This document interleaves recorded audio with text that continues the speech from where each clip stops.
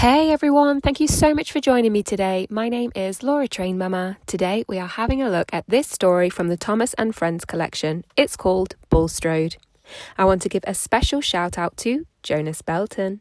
And if you at home have a favourite Thomas and Friends story that I've not read out yet, please feel free to add to the comments and let me know. Bulstrode. This is a story about Bulstrode the barge. He was a very disagreeable barge who was always causing trouble. Then one day he went too far. One morning, Percy was shunting trucks in the yard. The trucks were being very naughty and refusing to move. Come on, puffed Percy as he pushed them into place. Ooh, ooh, ooh, screamed the trucks as they bumped into each other. Just as Percy was about to give them one last big push, the Fat Controller arrived. "Leave those trucks, please, Percy," said the Fat Controller. "There's an emergency at the harbour." "Yes, sir," replied Percy happily. He was pleased that he could leave the naughty trucks behind. "Come on, Percy," said his driver. "This will be trouble with Bulstrode." Percy had never met Bulstrode and wondered what kind of engine he would be. As they puffed along the line, Percy's driver told him all about Bulstrode. "Bulstrode isn't an engine. He is a very disagreeable barge," his driver explained. "He never stops complaining and always expects everyone to do what he wants." Percy hadn't met a barge before, but he wasn't looking forward to meeting Bulstrode. Percy's driver was right about Bulstrode. Today, the barge was more bad-tempered than ever. At the harbour, he was shouting at the trucks.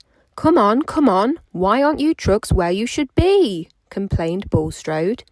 "There's no engine, and we can't move without one," replied the trucks. "You're in the wrong place, not us."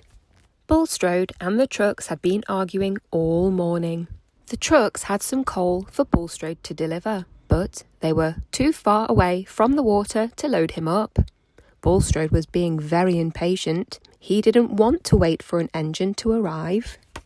When Percy arrived, Bulstrode was sulking, and the trucks were even more angry than before.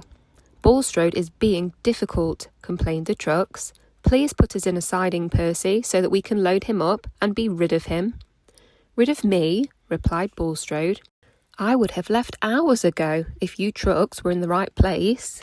Percy wasn't happy that he had to shunt trucks again, but he was unhappier still about the way Bulstrode spoke to him.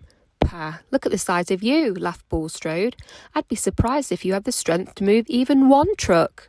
Percy didn't like Bulstrode. He wanted to get the job done as quickly as possible. Percy began to move the trucks, but the trucks were being careless. As Percy lined them up, they burst through some buffers. The trucks screamed and laughed as they hurtled towards the edge of the dock, but it was too late. Bulstrode could see them coming towards him, and before anyone had time to stop them, the trucks went over the edge of the dock. "Oof," cried Bulstrode as the trucks landed on him. "I'm sinking." "Serves you right," giggled the trucks. "You were always barging in and moaning." "Blah," replied Bulstrode. His mouth was full of coal. "Ha ha," giggled the trucks. "You don't have anything clever to say now." Percy smiled. He thought Bulstrode had got what he deserved. The harbour was a terrible mess. There was coal everywhere, and half the trucks were on Bulstrode instead of the track. It took a very long time to clear up the mess. Cranky the crane had to lift the trucks out of Bulstrode one by one. The trucks giggled and teased Bulstrode, but Bulstrode was surprisingly quiet.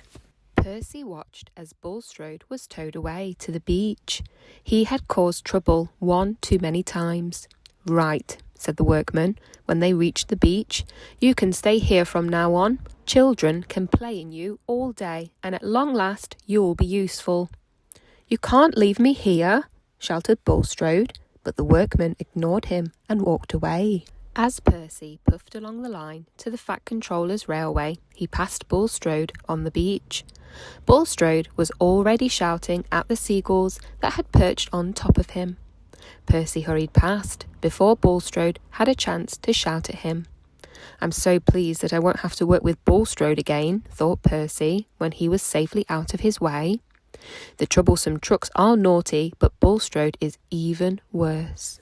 That brings us to the end of the story of Bulstrode, and actually poor Bulstrode sitting on that beach, gathering sand, not being used. Crikey, what a life. If you enjoyed listening along today, please don't forget to thumbs up, like the video, check that you're subscribed to the channel, and also, if you have any book requests, just let me know.